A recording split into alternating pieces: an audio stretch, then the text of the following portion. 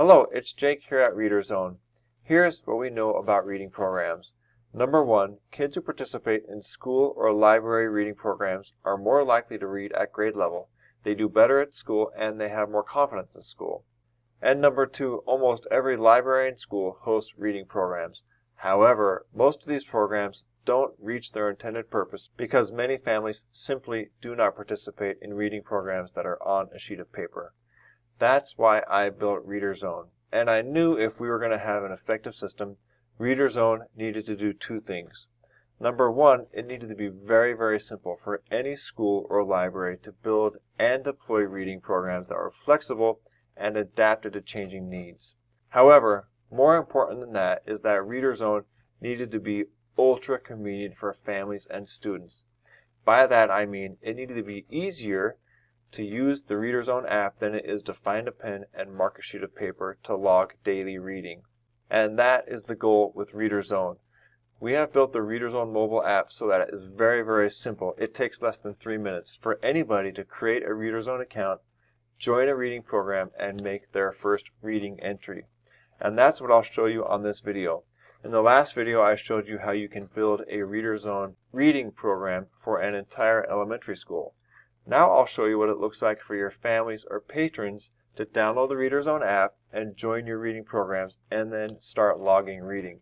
You'll see that through using an app, you'll make it easier for families to participate in reading programs. You'll get more reading data and everybody will have a better time with the entire process. So with that, let me pull up a phone and I'll show you the actual Reader Zone mobile app. We will join a reading program and make some reading entries. So let me change screens here and we'll take a look at this. Let me move this down here. So you see here that on this part of my screen I have my phone, and this is my actual phone. I just downloaded the app from Google Play, and you'll see here this is the reading program we made just a little bit ago with its program code.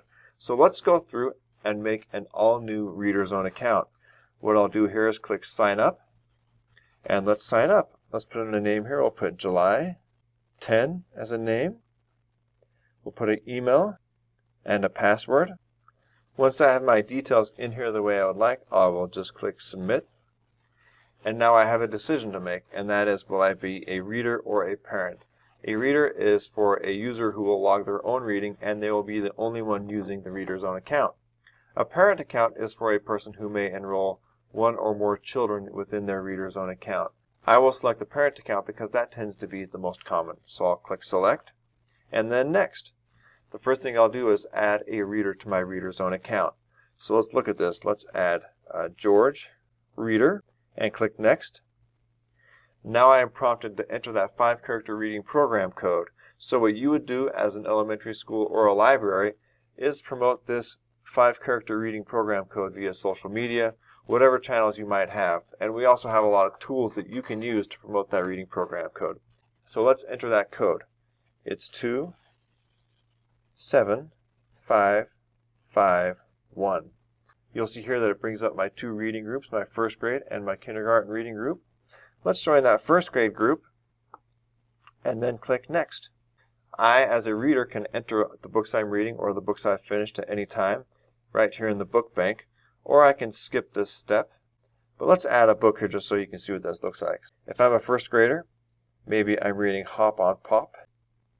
And there it is, so I'll add that book, and I can select to read it once or more than once. We might read that book more than once as a family, so I'll click reread.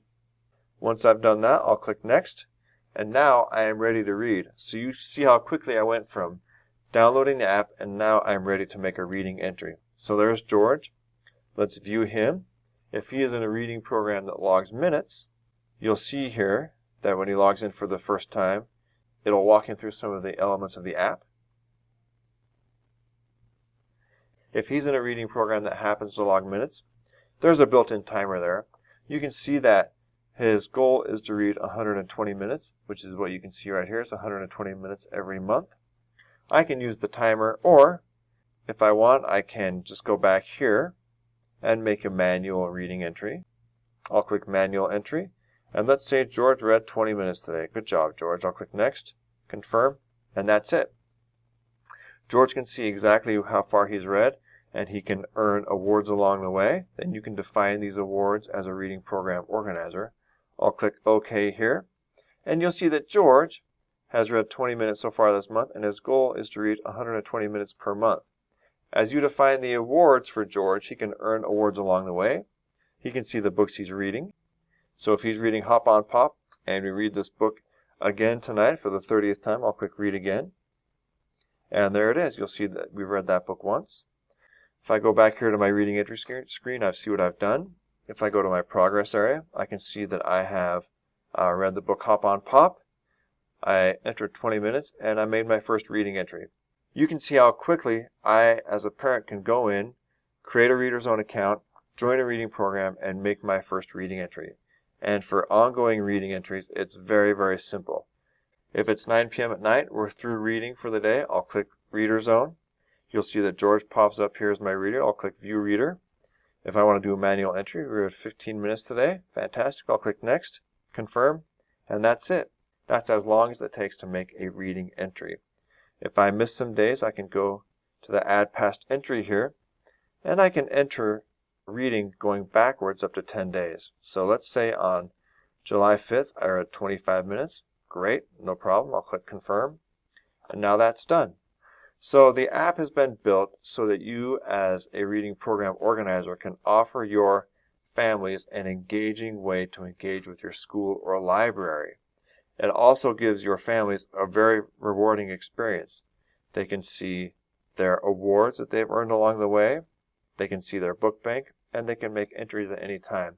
They can also manage their participation. If they decide they want to join a different reading program or group, they can do that.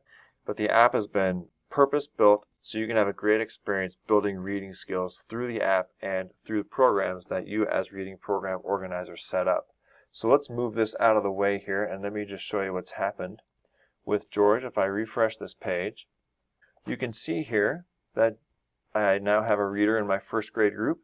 There's George Reader. If I click on George, I arrive at his individual page. You can see that he's reading Hop on Pop. So far he's read 60 minutes, and I can see all of George's reading entries right there.